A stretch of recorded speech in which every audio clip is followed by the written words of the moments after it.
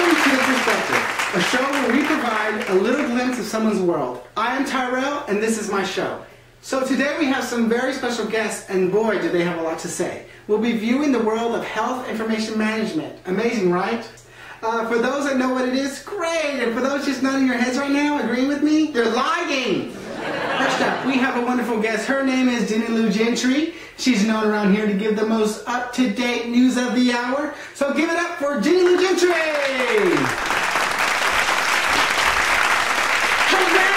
Hello. I just have to tell you that you're my favorite reporter. My family watches your program every night while we're eating our bologna sandwiches. Thanks so much. I appreciate that. So what do you have for us? Well, you know what I learned? It's really cool. There's a new icy cream coming out. It's called Icy Cream 10 because the Icy Cream 9 wasn't that good anymore. Icy cream 10. Well, why wasn't it good that anymore? Because the ingredients are no longer a secret, you see. It used to be some kind of secret code, like the Mission Impossible movies. Well, the Ice Cream 9 got out, and now nobody wants it anymore. And this Ice Cream 9 recipe it was just too hard to deal with anyways. You mean the ICD 9 and 10. Isn't that what you're talking about? No, I don't think so. This is the Ice Cream 10 recipe. It's going to be a new flavor of Baskin Robbins come 2013. It's supposed to be much smoother than the Ice Cream 9. Where do you get this information? Well, I have a friend, and her sister's boyfriend's cousin, Lenny, he's a professional ice cream taster, and he said that it tasted better than the Ice Cream 9. And you know what else? I can't even begin to imagine. Did you hear about the hippos in the hospitals? Did you just say hippos? Yeah, all the hospitals now are training hippos. Well, it seems that some patients needed extra security, and well, everyone knows that hippos are real aggressive. Like if you watch them on National Geographic, and they're in the rivers, and they're fixing to fight for the boats like that, they just do them like that. So they made them like that so no one will mess with the patients. Well, everybody knows that on your first day at the hospital, you have to train with the hippos. Well, why would someone even mess with the patient anyways? Well, Larry, my mechanic, told me he was in the hospital to get his bunion removed. Well, his doctor was talking to his girlfriend, telling her all about the bunion operation, and the hippo got involved, like that game with the kids play where the hippo eat all the marbles like crazy. Well, let me tell you, they laid that doctor up, they sure did. It's because the doctor ought not be talking to his girlfriend. I think his mom would be okay. Well, aren't you confusing the word hippo with HIPAA? I mean, where do you even research this information? Where's it coming from? I swear you're just so funny. Oh my gosh. I know what I'm talking about. Well, thank you so much for that report, Jenny Lou Gentry. Give it up for Jenny Lou Gentry! You're so welcome. Thank you so much for having me on the show. I love it so much.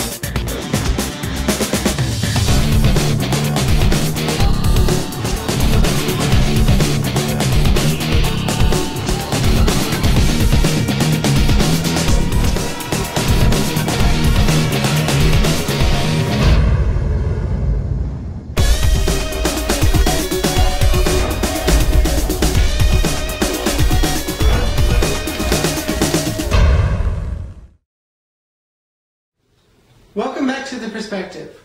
Today we're reviewing the world of health information management. I have here Sasha LaRue, who's a health information specialist. Now Sasha, what exactly is ICD-9? ICD-9 is a system that takes the diagnoses and procedures and turns them into codes. The ICD stands for International Classification of Diseases. So what you're saying is that there is a code for nearly everything out there? Well, sure there is. Now, can you tell me what you do in your field? One of the things I can do is be an expert witness in a court case, because we are the custodian of the record. People in my career can represent the hospital, and we provide all the facts in the courtroom. Oh, so you're one of those people. So you could diagnose too? No, we don't diagnose, honey. We're not doctors. We just, do the facts. Really? Well, that's quite interesting, but it must be very stressful in your field. It's stressful a little, but I love my job. I like protecting the patient's records. And there's a lot of new things going on. It's always changing. It's not boring at all. Well, what's this big thing going on, this big change that I keep hearing and reading about with the ICD-9? Why do we even need it?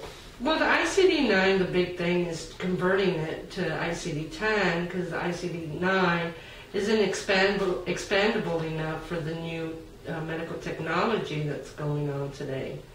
ICD-9 is like 3 decades old, That's older than me. Okay, so our codes are becoming either too old or obsolete. Why is that of importance to you? Well, other than being obsolete, it no longer reflects current clinical knowledge or the modern practice of medicine we use today. Also, ICD-9 is very limited in its structural design and lacks the flexibility to accommodate our technology today. So, if we continue using it, it keeps all of us from getting the best information available. Well, does this affect the public now? The move to electronic health information and exchange will not benefit the public if we do not also improve the information that these new systems will create. The more time wasted without doing the conversion, the more the quality of healthcare data will suffer. Delaying the implementation will only increase the cost of the conversion. Oh, well, we better get on the ball then. Huh? Well, just one more thing. AHIMA urges all in the healthcare community to continue with their ICD-10 planning efforts. Well, thank you, Sasha. We'll be back right after these messages. A doctor purposely left a needle fragment in my client 10 years ago, so they called me Texas TNT. When I tried to press charges for the needle fragments left, I was told I was past the statute of limitations, so I called the Texas TNT. I got my client $78,145.32. Kaboom! When I got off work at the hospital, I was jumped by a man, and I suffered a broken wrist, 12 broken teeth, and several bruises on my face and body.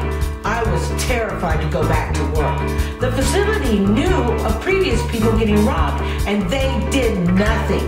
I went to the Texas TNT so I could get what I deserved. I approved the hospital negligence and got my client $732,000.22. Kaboom! A doctor failed to diagnose my condition and in turn it shortened my life dramatically. When I did not get any results from the doctor, my daughter said, "Call Texas TNT." I knew he would give me a true diagnosis, and he did. I found the defendant in failing to timely diagnose my patient. I got her a grand total of $1,014,067. Kaboom! 1-800-555-1TNT. That's 1-800-555-1TNT. Kaboom! I would like to thank our special guests, Jenny Lou Gentry and Sasha LaRue today on their wonderful insight to the health information management world. For more information, please log in at ahima.org. Also, I wanted to let you know that there's a great event going on in Galveston, Texas on June 3rd through the 5th. It is the TexHEMA Convention. To register, please go to texhema.org and click on the convention banner. From there, it will take you to the convention website homepage. You'll be able to see what's going on and the registration information. So register today. See you there, and good night.